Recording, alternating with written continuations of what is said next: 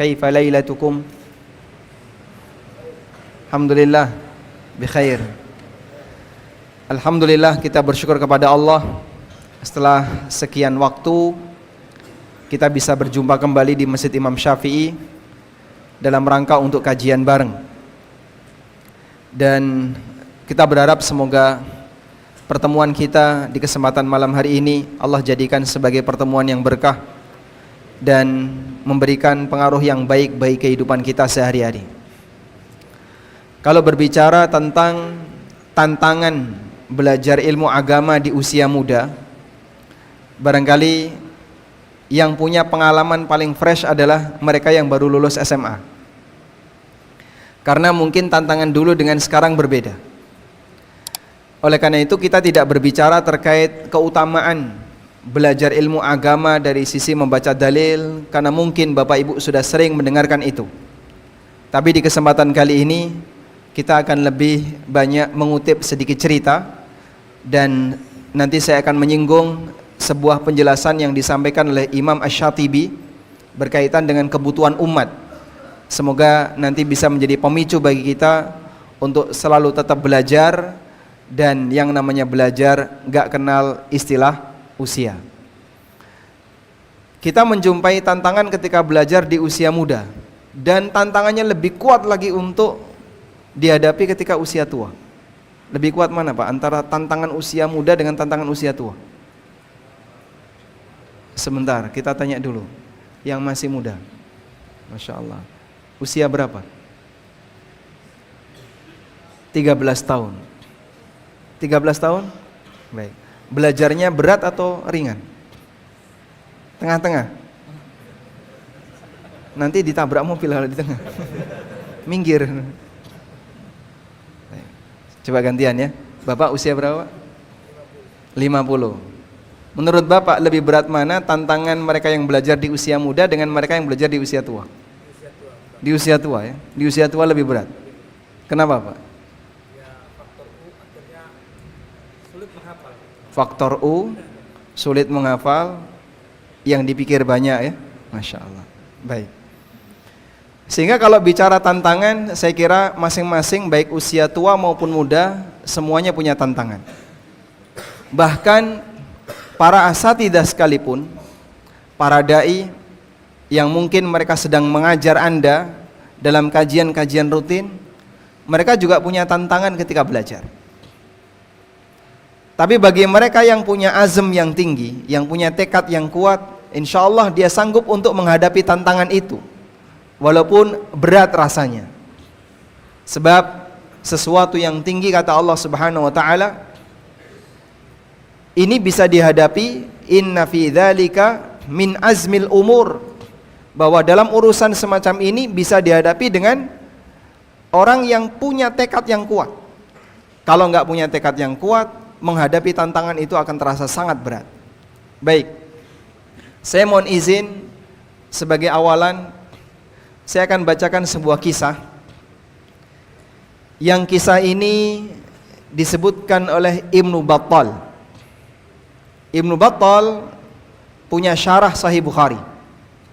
Bahkan karya Ibnu Battal mendahului Al-Hafidz Ibnu Hajar, dan termasuk salah satu di antara referensi yang digunakan oleh Al-Hafidz Ibnu Hajar dalam mensyarah Sahih Bukhari. Apa nama syarah Sahih Bukhari karya Al-Hafidz Ibnu Hajar? Apa namanya? Syarah Sahih Bukhari yang ditulis oleh Al-Hafidz Ibnu Hajar, namanya apa? Fathul Bari. Dan itu yang paling terkenal. Sebelumnya ada syarah Sahih Bukhari yang ditulis oleh Imam Ibnu Battal. Imam Ibnu Battal dalam syarah Sahih Bukhari, beliau menceritakan di pasal tentang fadlul ilmi atharun katsirah. Keutamaan ilmu memberikan pengaruh yang banyak sekali. Lalu beliau menceritakan satu kisah yang pernah dialami oleh Yahya bin Yahya, muridnya Imam Malik.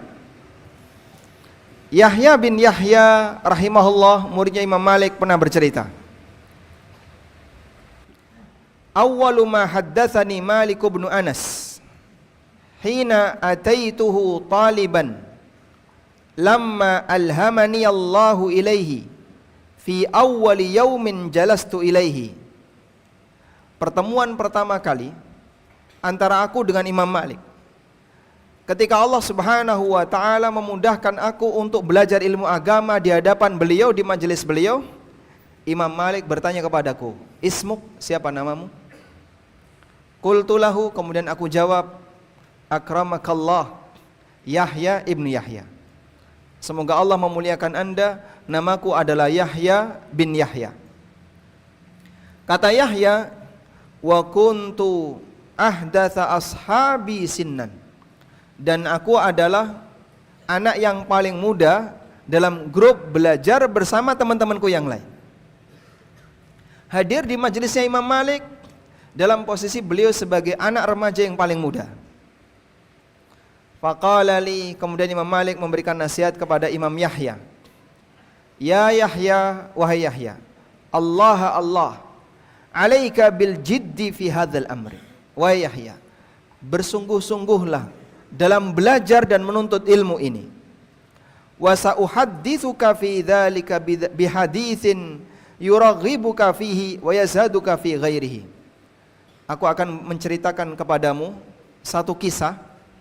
Semoga dengan kisah ini membuat kau semakin semangat untuk belajar ilmu agama dan tidak mengharapkan yang lainnya, sehingga melupakan kamu dari kesibukan yang lainnya.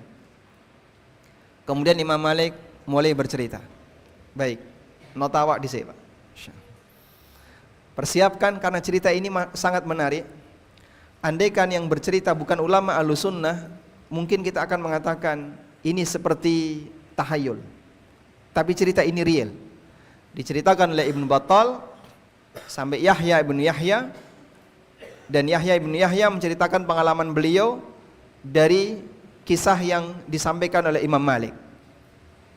Imam Malik menyampaikan, "Qadimal Madinata ghulamun min ahli Syam bihadatsati sinnik."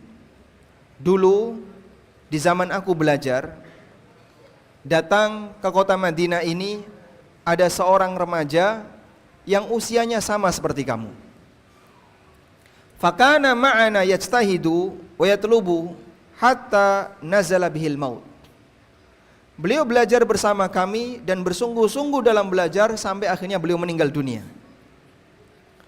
Falaqad ra'aitu ala janazatihi syai'an lam ara mithlahu. Aku jumpai pada jenazah beliau ada sesuatu yang belum pernah aku saksikan pada jenazah-jenazah yang lainnya. Ala ahadin min ahli baladina, di antara jenazah yang ada di kota ini. La talibin wala alimin, baik itu jenazah penuntut ilmu maupun jenazah ulama maupun siapapun yang lain. Belum pernah aku saksikan ada jenazah yang lebih istimewa dibandingkan jenazah remaja ini. Fara'aitu jami'al ulama yazdahimuna ala na'shihi. Aku melihat ada banyak sekali ulama yang mereka berkerumun untuk memandikan anak ini, untuk menangani jenazah anak ini. Lalu kata beliau, "Falamma ra'a dzalikal amiru amsaka 'anis salati 'alaihi." Ketika gubernur Madinah melihat kejadian ini, ada banyak ulama yang berlomba-lomba untuk menangani jenazah anak ini, maka sampai gubernur itu menahan diri agar jenazah ini jangan segera disolati, tunggu sampai beliau hadir. Waqala, kemudian Imam Malik melanjutkan ceritanya. Lalu setelah gubernur Madinah itu hadir, dia mengatakan, "Qaddimu minkum man ahbabtum." Tolong tunjuk di antara kalian untuk jadi imam di antara ulama yang paling kalian cintai. Faqaddama ahlul ilmi Rabi'ah. Maka para ulama mempersilahkan Rabi'ah. Siapa Rabi'ah? Gurunya Imam Malik, Rabi'atul Ra'i. Silahkan Imam Rabi'ah yang maju. Thumma nahadha bihi ila qabrihi. Kemudian selesai disolati, lalu mereka pun berangkat untuk memakamkan anak ini. Qala Malikun, Imam Malik bercerita, fa'alhadahu fi qabrihi Rabi'atun wa Zaid bin Aslam, wa Yahya ibn Sa'id, wa ibn Syihab. Yang gali kuburannya 4 ulama besar. Rabi'atul Ra'i, Zaid bin Aslam, Yahya ibn Sa'id, dan Ibnu Syihab Az-Zuhri. Masya Allah. Yang mereka adalah gunung-gunung dalam masalah hadis. Wa aqrabun nasi ilaihim Muhammad ibn al-Mundhir, wa Safwan ibn Sulaim, wa Abu Hazim, wa ashbahuhum. Dan ulama-ulama yang berada di dekat kuburan, di antara mereka adalah Muhammad ibn al-Mundhir, Safwan bin Sulaim, dan Abu Hazim, serta ulama-ulama sekelasnya. Sehingga yang berada di dekat kuburan orang-orang besar di kalangan kota Madinah, di kalangan penduduk Madinah. Wa banal labin ala lahdihi Rabi'ah, wa haula'i kulluhum yunawilunahu labin. Sementara yang menata batu bata di liang lahat adalah Rabi'ah, sementara ulama yang lain memberikan kepada Rabi'ah, membantu Imam Rabi'ah. Subhanallah. Orang yang sangat istimewa, yang melayani jenazahnya padahal dia masih remaja. Yang meninggal ini masih remaja, tapi yang melayani jenazahnya adalah kibar di kalangan para ulama. Qala Malikun. Kemudian Imam Malik melanjutkan ceritanya. Falamma kana al-yawmu tsalits min yaumi dafnihi, di hari yang ketiga pasca pemakaman, ra'ahu rajulun min khiyari ahli baladina, ada orang terbaik di kalangan penduduk Madinah yang bermimpi melihat orang ini, melihat remaja ini. Ada di kalangan orang terbaik di antara penduduk Madinah yang bermimpi melihat remaja ini. Fi ahsani surati ghulamin amrat, dalam penampilan remaja yang paling cakep. Wa alaihi bayadun, dengan memakai pakaian yang serba putih. Muta'ammimun bi'imamati khadra, memakai imamah berwarna hijau. Wa tahtahu farasun ashab, di bawahnya ada permadani yang memancarkan cahaya. Nazilun minas sama, turun dari langit.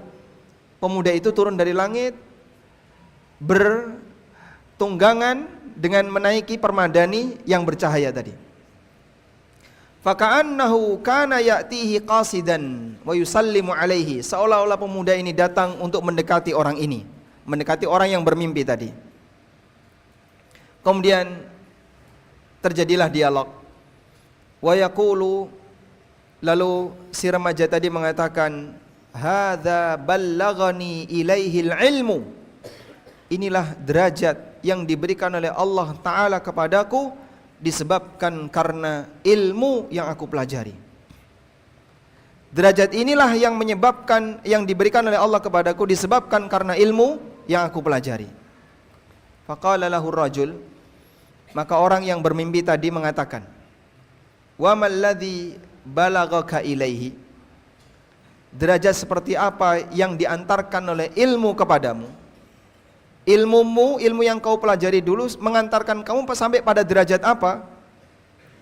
Faqala, kemudian si remaja ini mengatakan, a'tani Allahu bikulli babin ta'allamtuhu minal ilmi darajatan fil jannah. Setiap satu bab ilmu yang aku pelajari ketika di dunia digantikan oleh Allah Subhanahu wa taala satu tingkatan di surga. Sehingga ketika dia belajar 10 bab ilmu, maka dinaikkan sampai 10 kali, 10 derajat. A'tani Allahu bikulli babin ta'allamtuhu minal ilmi darajatan fil jannah. Allah Subhanahu wa taala memberikan kepadaku derajat-derajat di surga setingkat dengan banyaknya jumlah bab yang aku pelajari ketika di dunia. Falam taqblug bi ad-darajatu ila darajati ahli ilmi, namun meskipun demikian aku belum sampai pada tingkatan derajatnya para ulama. Faqala Allah Ta'ala, kemudian Allah Subhanahu wa taala berfirman, zidu warathata anbiya'i, tambahkan untuk para ahli warisnya nabiku. Faqad dhamintu ala nafsi annahu man mata wa huwa alimun bisunnati, au sunnati anbiya'i au talibun lidzalika an ajma'uhum fi darajatin wahidah. Aku telah memberikan jaminan.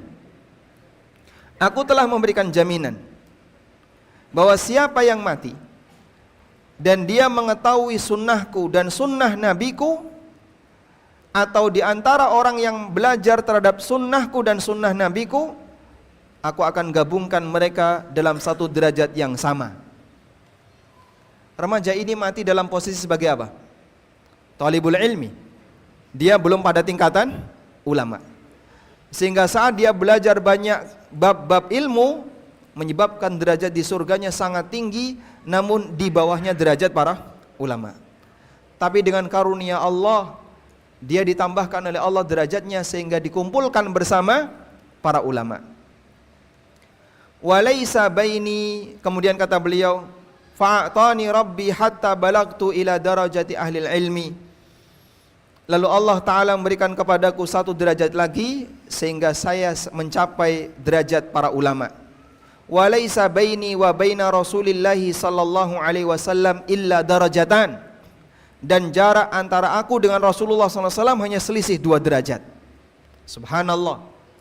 Dan itulah sebagai pembenar dari sabda Nabi sallallahu alaihi wasallam, innal ulama warasatul anbiya. Sesungguhnya para ulama adalah ahli warisnya para nabi. Dan dalam teori warisan, orang yang paling dekat dengan mayit adalah orang yang paling banyak mendapatkan warisan. Siapa yang paling banyak dapat warisan, Pak? Siapa yang paling banyak dapat warisan?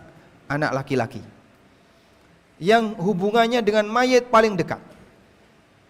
Maka demikian pula di antara umat Muhammad sallallahu alaihi wasallam, yang derajatnya paling dekat dengan Nabi sallallahu alaihi wasallam adalah orang yang paling banyak menimba ilmu dari ilmu beliau, yang paling banyak mempelajari sunnah-sunnah beliau sallallahu alaihi wasallam. Maka para ulama disebut sebagai ahli warisnya para nabi, menunjukkan bahwasanya derajat mereka di surga di bawahnya para nabi, dekat dengan para nabi. Sehingga dikatakan oleh remaja ini, walaisa baini wa baina Rasulillahi sallallahu alaihi wasallam illa darajatan. Jarak antara aku dengan Rasulullah sallallahu alaihi wasallam hanya selisih 2 derajat. Darajatun huwa fiha jalisun wa haulahun nabiyyuna kulluhum. Derajat yang tertinggi adalah derajat yang diduduki oleh Nabi sallallahu alaihi wasallam, dan di sekitar beliau ada para nabi yang lainnya.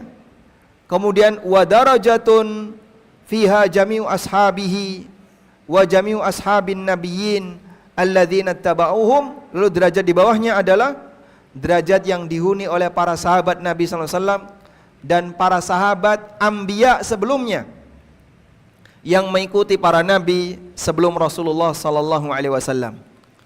Wa darajatun min ba'dihim fiha jami'u ahli ilmi wa talabatihi. Derajat yang ketiga barulah para ulama dan orang-orang yang mati dalam perjuangan menuntut ilmu agama. Fasayyarani hatta istawsattuhum. Kemudian Allah Subhanahu wa taala membiarkanku untuk mendekat sampai aku berada di tengah-tengah para ulama. Faqaluli, maka para ulama itu memberikan sambutan, marhaban, marhaban, selamat datang, selamat datang. Siwa ma liya indallahi minal mazid. Lebih dari itu Allah Subhanahu wa taala memberikan tambahan kepadaku. Faqala lahu ar-rajul, maka orang yang bermimpi tadi bertanya lagi, wa ma laka indallahi minal mazid. Tambahan seperti apa yang Allah berikan kepadamu? Faqala, remaja yang sudah meninggal tadi, dia bercerita, wa'adani ayyuhsyara wa'adani ayyahsyuran nabiyyin kullahum kama ra'aituhum fi zumratin wahidah. Faqala ya ma'syaral ulama, hadhihi jannati qad abahtuha lakum wa hadha ridwani qad raditu ankum. Remaja ini mengatakan, Allah menjanjikanku bahwa dia akan mengumpulkan para nabi seluruhnya, sebagaimana ra'aituhum, aku bisa melihat mereka fi zumratin wahidah, dalam satu rombongan.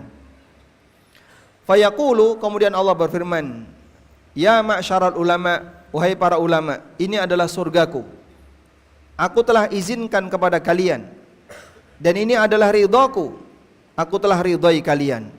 Fala tadkhulul jannata hatta tatamannau wa tashfa'u fa'utiyakum ma syi'tum wa ashfa'ukum fi man istashfa'tum liyara ibadi karamati alayya. Janganlah kalian masuk ke dalam surga sampai kalian memberikan syafaat siapapun di antara yang kalian inginkan untuk dimasukkan ke dalam surga, agar Allah tampakkan kepada kalian kelebihan yang diberikan oleh Allah Subhanahu wa taala kepada hamba-hambanya yang Allah muliakan. Wa manzilatakum indi, dan kedudukan kalian di sisiku. Sehingga subhanallah, para ulama diberi oleh Allah Subhanahu wa taala kesempatan, di samping mereka menduduki posisi surga yang tinggi, Allah Subhanahu wa taala berikan izin kepada mereka untuk memberikan syafaat kepada siapapun yang mereka kehendaki. Kemudian qala Malikun, kata Imam Malik, kana bil madinati aqwamun bada'u ma'ana fi talabi hadzal amri thumma kaffu anhu hatta sami'u hadzal hadits falaqad raja'u ilaihi wa akhadhu bil hazmi. Lalu kata Imam Malik, setelah orang ini bermimpi, kemudian dia menceritakan mimpi itu kepada para ulama, kata beliau, aku menjumpai ada orang yang malas-malasan ketika belajar, sampai ketika dia mendapatkan cerita semacam ini, dia kuatkan tekadnya kembali untuk belajar. Wahumul yauma min ulama baladina, dan hari ini mereka telah menjadi ulama negeri ini.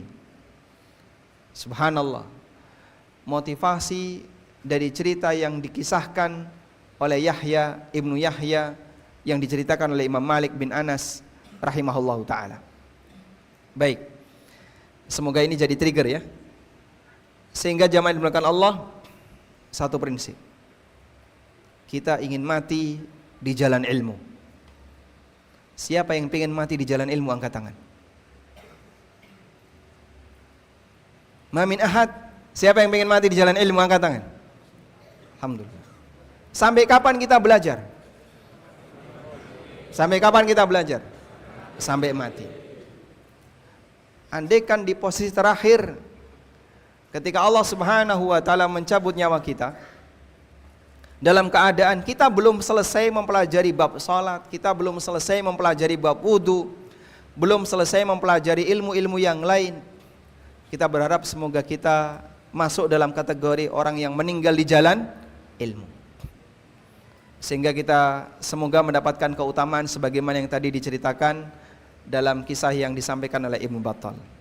Wallahu a'lam. Tidak ada yang istimewa kalau yang dilihat adalah saya, karena mungkin pengalaman belajar saya sama sebagaimana teman-teman yang lain. Dulu saya belajar di TK, kemudian MI, sama seperti yang lain. Tayyib. Namun secara sederhana begini, bahwa yang namanya ilmu agama maupun ilmu umum itu bukan dua hal yang saling bertentangan. Karena yang namanya ilmu tidak ada yang bertentangan, kecuali ilmu yang dinyatakan sebagai ilmu kekufuran dalam Al-Quran. Apa itu? Ilmu sihir.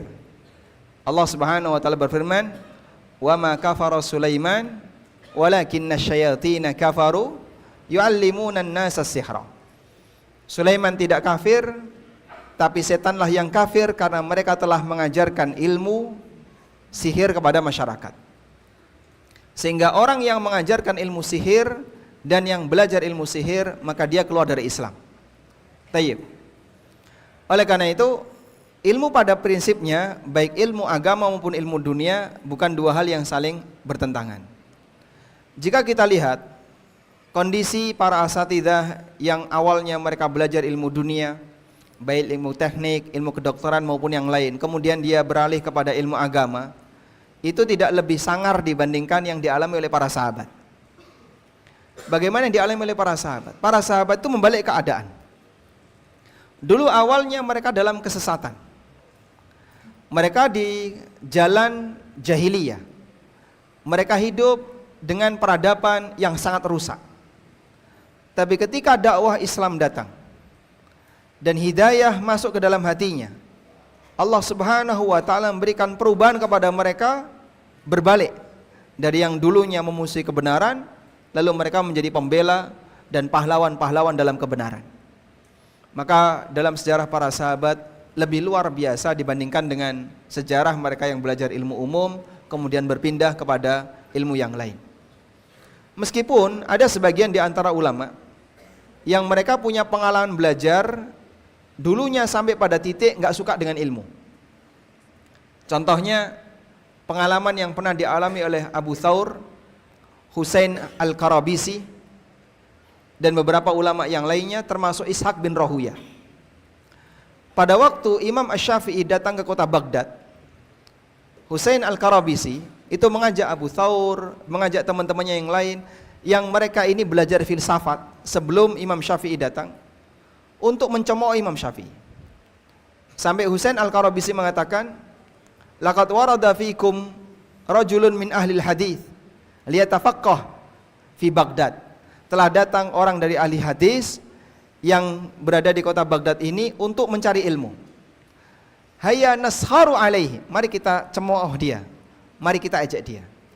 Dan Masya Allah kebiasaan ahli filsafat, mereka seringnya apa? Suka menghina ahlu sunnah. Kemudian Al-Karabisi mendekati Imam Syafi'i. Pada waktu dia mendekati Imam Syafi'i, dia menguji dengan banyak sekali pertanyaan. Disampaikan pertanyaan 1, 2, 3 dan seterusnya. Setiap kali disampaikan pertanyaan, Imam Syafi'i selalu memberikan jawaban qala Allah wa qala Rasul, qala Allah wa qala Rasul, hatta azlamal bait. Sampai kata Al-Karabisi, suasana rumahku jadi gelap. Karena saking seringnya mendengarkan Al-Quran dan hadis, Al-Quran dan hadis, terus seperti itu. Sampai dia itu pusing. Tapi subhanallah, hati manusia tidak lebih keras dibandingkan batu. Apabila gunung yang dikatakan oleh Allah, lau anzalna hadzal Qur'ana ala jabalin la ra'aitahu khashi'an mutasaddi'a. Jika Quran diturunkan ke gunung itu bisa membuat gunung itu luluh. Hati manusia tidak lebih keras dibandingkan batu. Sehingga ketika mereka selalu dikasih nasihat Al-Quran dan Sunnah, terjadilah perubahan yang luar biasa.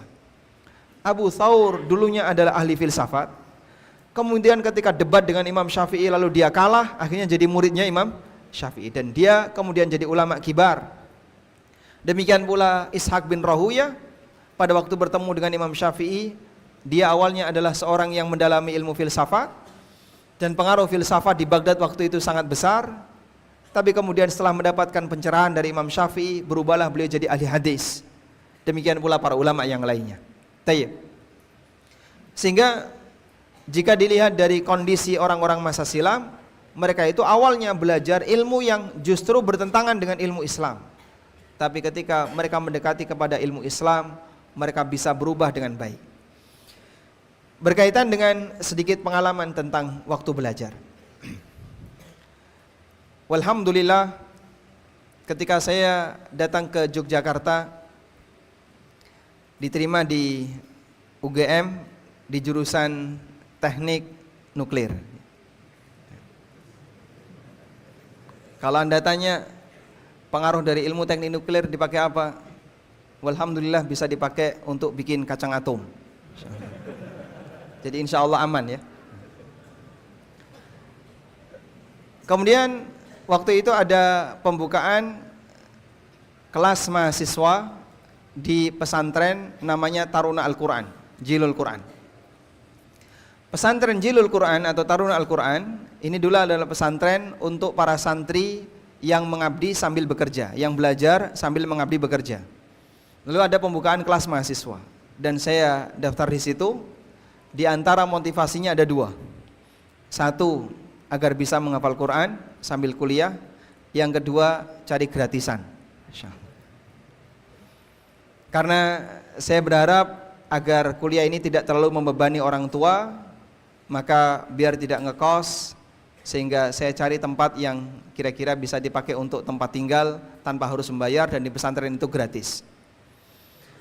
Lalu di pesantren itu saya bertemu dengan forum kajian yang diampu oleh Al-Ustadz Al-Fadil Dr. Aris Munandar hafizahullah ta'ala wara'ah. Kajian beliau setiap malam jam 8 sampai jam 10, gak pernah libur, setiap hari. Weekend libur gak Pak? Gak ada istilah libur, kecuali kalau Ustadz sedang ngisi di luar. Dan itu tantangan yang paling berat bagi kita, karena kalau kajian dimulai jam 8, mulai kajian, kurang lebih 20 menit, 15 menit, rasa kantuk sudah datang. Masya Allah. Sehingga biasa ketika kajian, pulpen jatuh, buku jatuh, kemudian dingklo, merem, itu biasa. Meskipun kita saling mengingatkan, kalau ada yang jatuh, kemudian dicubit, kalau ada yang merem, diingatkan, dan seterusnya. Dan kita raup ya, cuci muka, untuk selalu bertahan dari jam 8 sampai jam 10. Dan waktu itu kajiannya membaca kitab. Saya hadir di forum kajian itu, gak tahu apapun, nol putul, gak ngerti. Sehingga cuma jadi mustami' mendengarkan, kitabnya kitab gundul, saya dengerin dan saya gak paham, 100% gak paham. Hanya mendengarkan dari ceramah beliau, keterangan beliau, tapi isi kitabnya saya gak ngerti. Walhamdulillah, kurang lebih 1 semester Allah mudahkan bagi saya untuk bisa membaca kitab gundul. Dan salah satu di antara media yang saya gunakan adalah Kamus Mahmud Yunus. Saya beli Kamus Mahmud Yunus, kitab yang tidak ada harokatnya itu, saya cari terjemah perkata sambil saya harokati dan saya terjemahkan, sehingga buku yang awalnya gundul jadi gondrong, bahkan lebih gondrong dibandingkan sebelumnya. Meskipun dalam tahap awal ketika saya belajar, hati itu berontak. Karena sebelumnya pada waktu saya masih di SMA dan juga awal-awal kuliah, saya mengikuti aneka kegiatan pergerakan. Dari mulai pergerakan dengan warna A, warna B, warna C, ada yang bercita-cita membangun khilafah, ada yang bercita-cita melalui politik, ada yang melalui forum A, forum B, bahkan termasuk di forum-forum liberal. Dan dulu di antara buku yang menjadi referensi saya adalah buku yang ditulis oleh seorang orientalis namanya Fritjof Schuon, judulnya Filsafat Perennial. Itu bacaan saya waktu SMA kelas 1, kelas 2. Dan karena gesekan dengan orang-orang filsafat, orang-orang liberal, saya punya pemikiran liberal. Tapi di pondok ini kajian malam jam 8 sampai jam 10 wajib. Hatinya berontak tapi harus datang. Hingga Allah Subhanahu wa taala memberikan hidayah melalui sebuah buku. Selesai kajian jam 10, kita beristirahat, dan saya waktu itu tidak ada tugas. Di rak sebelah rak buku saya, ini rak buku saya, sebelahnya ada rak milik teman saya. Ada sebuah buku yang bagus, yang mengajarkan tentang tata cara sholat. Istimewanya dalam buku ini, setiap kali menyebutkan aneka gerakan dan bacaan selalu diiringi dengan dalil dan ada keterangan di footnote. Saya tertarik untuk mempelajari itu dengan detail, sehingga buku ini saya pelajari mungkin dalam waktu 3 atau 4 hari habis. Buku itu judulnya Sifat Sholat Nabi Sallallahu Alaihi Wasallam, karya Muhammad Nasiruddin Al-Albani. Selesai membaca buku itu, tiba-tiba muncul ketertarikan untuk belajar sunnah lebih banyak. Akhirnya saya banyak baca Riyadhus Shalihin dan beberapa buku-buku yang ditulis oleh para ulama ahlu sunnah. Padahal sebelumnya nggak seneng dengan buku itu. Barulah kemudian hati ini terbuka untuk mau menerima ilmu. Padahal sebelumnya kalau mendengarkan kajian itu rasanya mau muntah. Ilmu itu seperti ditolak. Hati baru dibukakan oleh Allah Subhanahu wa taala pasca saya membaca buku Sifat Salat Nabi sallallahu alaihi wasallam. Dan yang punya pengalaman seperti ini ternyata tidak hanya saya seorang. beberapa teman di UGM juga punya pengalaman yang sama. Mereka punya ketertarikan untuk belajar agama lebih serius setelah membaca buku Sifat Salat Nabi sallallahu alaihi wasallam. Dan ternyata sebelumnya sudah ada Syekh Abu Ishaq Al-Huwaini. Sebelumnya beliau adalah penjaga apotek. Penjaga apotek. Saat istirahat siang, beliau sholat duhur di masjid. Kemudian sebelum jam istirahat selesai, beliau sempatkan untuk mampir di perpustakaan mini yang ada di dalam masjid. Di situ ada buku Sifat Salat Nabi sallallahu alaihi wasallam. Setelah beliau membaca buku itu, beliau tertarik untuk bertemu dengan penulisnya. Berangkatlah beliau dari Mesir ke Syam dan bertemu dengan Imam Al-Albani, dan akhirnya beliau menjadi salah satu ahli hadis yang ada di Mesir sampai sekarang, Syekh Abu Ishaq Al-Huwaini hafizahullah ta'ala wa ra'ah. Walhamdulillah, dalam waktu setahun Allah Subhanahu wa ta'ala berikan kemudahan bagi saya untuk bisa membaca kitab yang tanpa harokat dan tidak perlu lagi pakai bantuan kamus. Dan itu karena sebelumnya sering menerjemahkan, perkata saya tulis, akhirnya jadi terbiasa kata itu berulang, sehingga setiap kali menjumpai kata yang sama kita sudah tahu artinya. Itu kurang lebih dalam waktu setahun.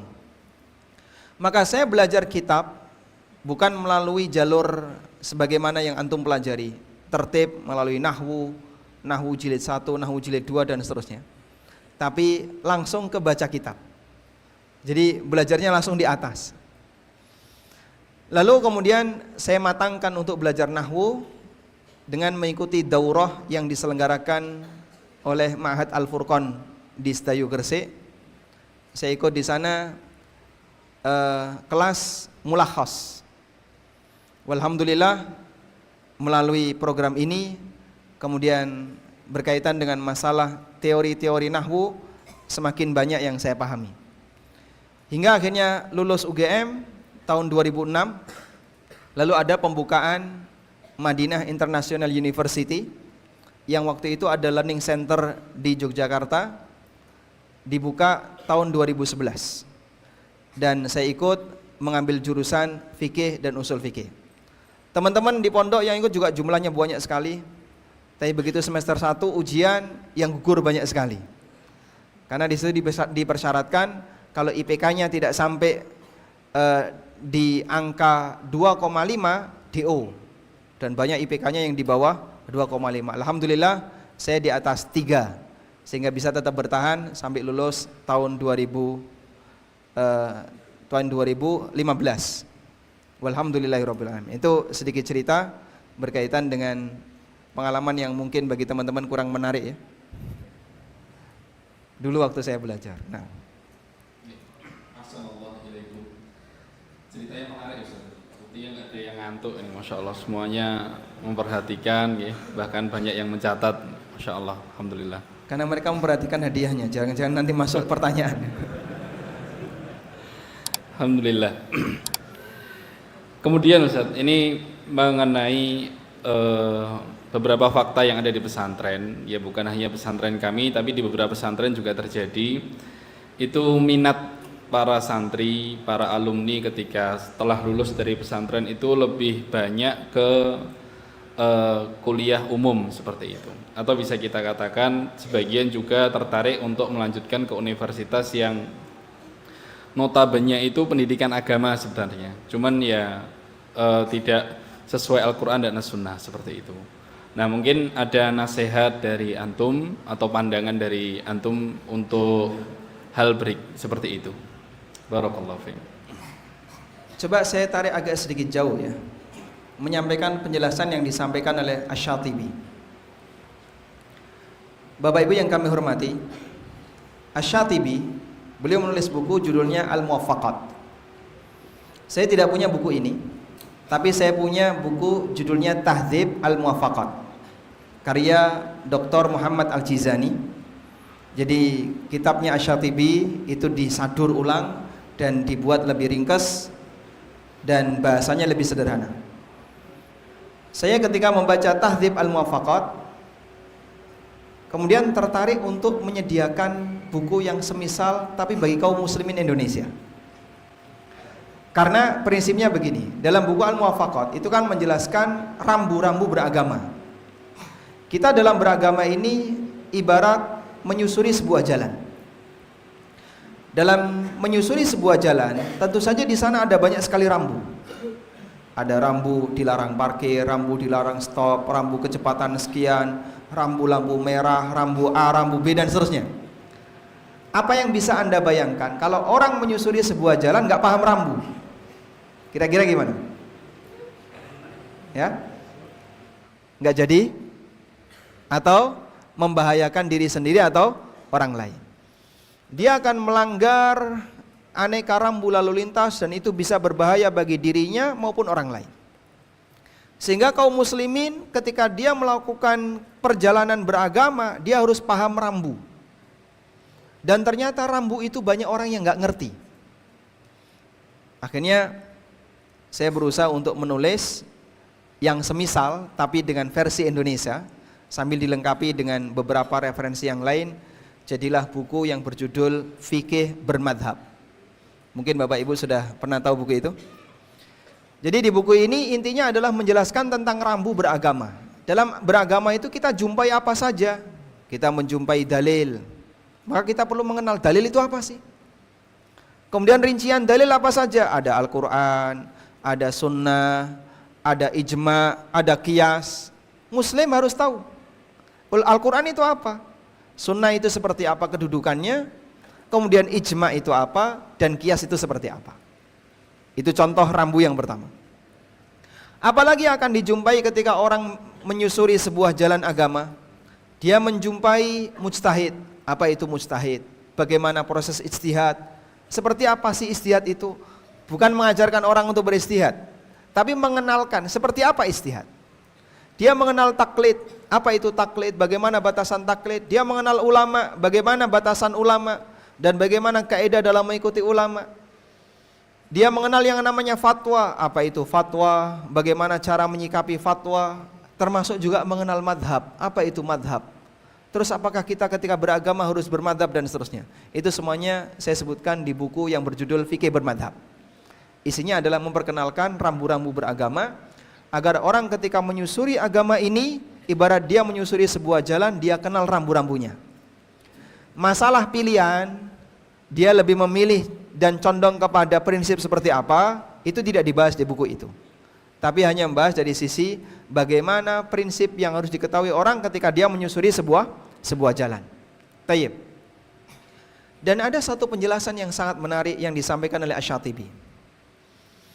Asy-Syatibi menyebutkan dalam penjelasan itu, beliau membuat permisalan bahwa kaum muslimin dalam melakukan perjalanan hidup ini ibarat mereka satu rombongan yang sedang menempuh sebuah perjalanan jauh untuk mendapatkan tujuan yang sama. Kita kaum muslimin ini ibarat sebuah rombongan yang sedang menempuh perjalanan jauh. Dan orang ketika menempuh perjalanan jauh, berarti mereka butuh apa? Butuh apa? Bekal. Mereka butuh bekal. Siapa yang harus memenuhi perbekalan perjalanan ini? Jawabannya adalah unsur rombongan ini. Tidak boleh dari luar. Kalau kemudian unsur rombongan ini tidak ada yang sanggup memenuhi perbekalan mereka, misalnya mereka butuh 100 macam bekal. Telah terpenuhi 80 macam. Masih ada 20 macam yang belum terpenuhi. Maka seluruhnya berdosa karena status kewajiban untuk memenuhi 20 macam tadi hukumnya fardu kifayah. Contohnya bagaimana Pak? Kita sebutkan di akhir ya. Saya bacakan dulu.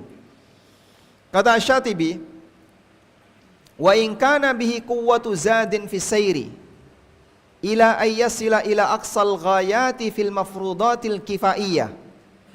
Ketika umat memiliki bekal kekuatan dalam melakukan perjalanan hingga sampai ke puncak tujuan dalam masalah fardu kifayah, wa fillati yanduru man yasilu ilaiha, dan dalam hal yang jarang orang bisa mencapainya, Kemudian beliau sebutkan beberapa contohnya seperti ijtihad dan seterusnya.